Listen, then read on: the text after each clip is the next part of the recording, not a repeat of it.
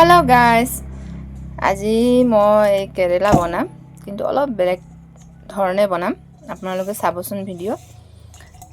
ভাজি নবনাও মই ইয়াক অলপ মছলা দি অলপ বেলেগ টাইপে বনাম সম্পূৰ্ণ ভিডিও চাবচোন চাওকচোন ডাঙৰ ডাঙৰকৈ কাটিছো আৰু হালধি আৰু নিমখ দি দিছো অকমান ইয়াক ফ্ৰাই কৰি লম মই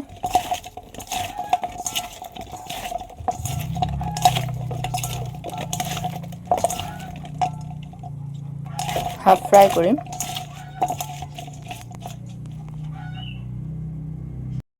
এয়া ফ্ৰাই কৰিবলৈ মিঠাতেল গৰম কৰি ললো ভালকে গৰম হৈ গল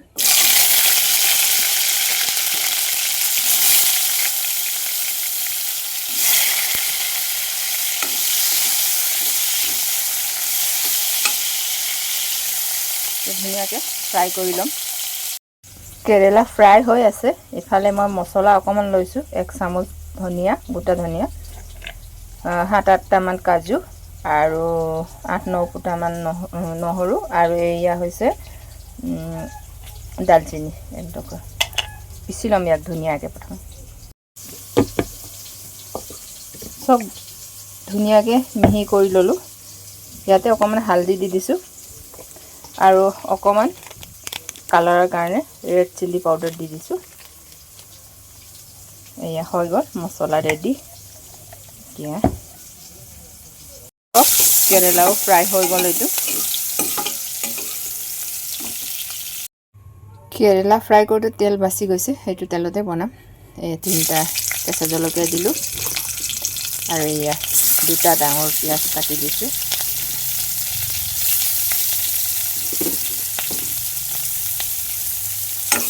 পিয়াজ প্ৰথমে ধুনীয়াকৈ ভাজি কৰি লম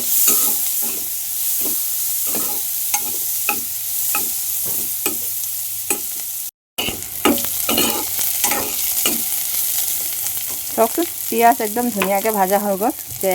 এটা ডাঙৰ বিলাহী দি দিছো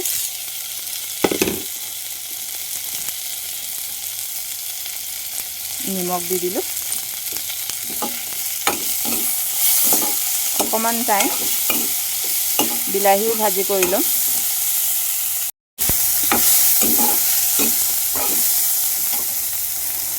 এতিয়া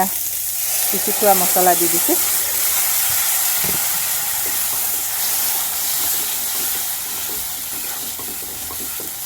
এতিয়া মছলাখিনি ধুনীয়াকৈ ভাজি কৰি লম সখন মছলা ধুনীয়াকৈ ভাজি হৈ গল এয়া এতিয়া কেৰেলা দি দিছো ফ্ৰাই কৰি থোৱা ধুনীয়াকৈ মিলাই লম তাৰপিছত অকমান গৰম পানী দি দিম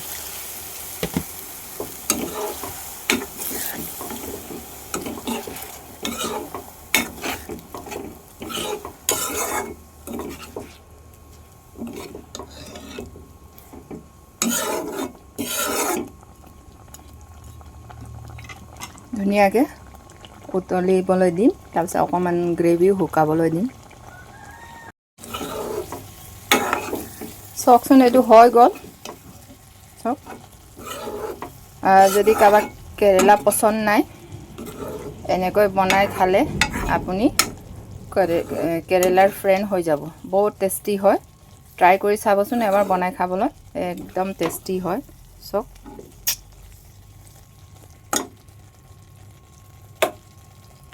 চাওকচোন গাইস কেনেকুৱা লাগিলে আপোনালোকৰ মোৰ কেৰেলা সবজিটো যদি ভাল লাগিছে এটা লাইক কৰিব এটা কমেন্টস কৰিব আৰু যদি বনাই খোৱা নাই এবাৰ এনেকৈ বনাই খাবলৈ ট্ৰাই কৰি চাব বহুত টেস্টি হয় ভাল লাগিলে এটা কমেন্টস কৰিব এটা লাইক কৰিব আজিলৈ আহো বাই বাই টেক কেয়াৰ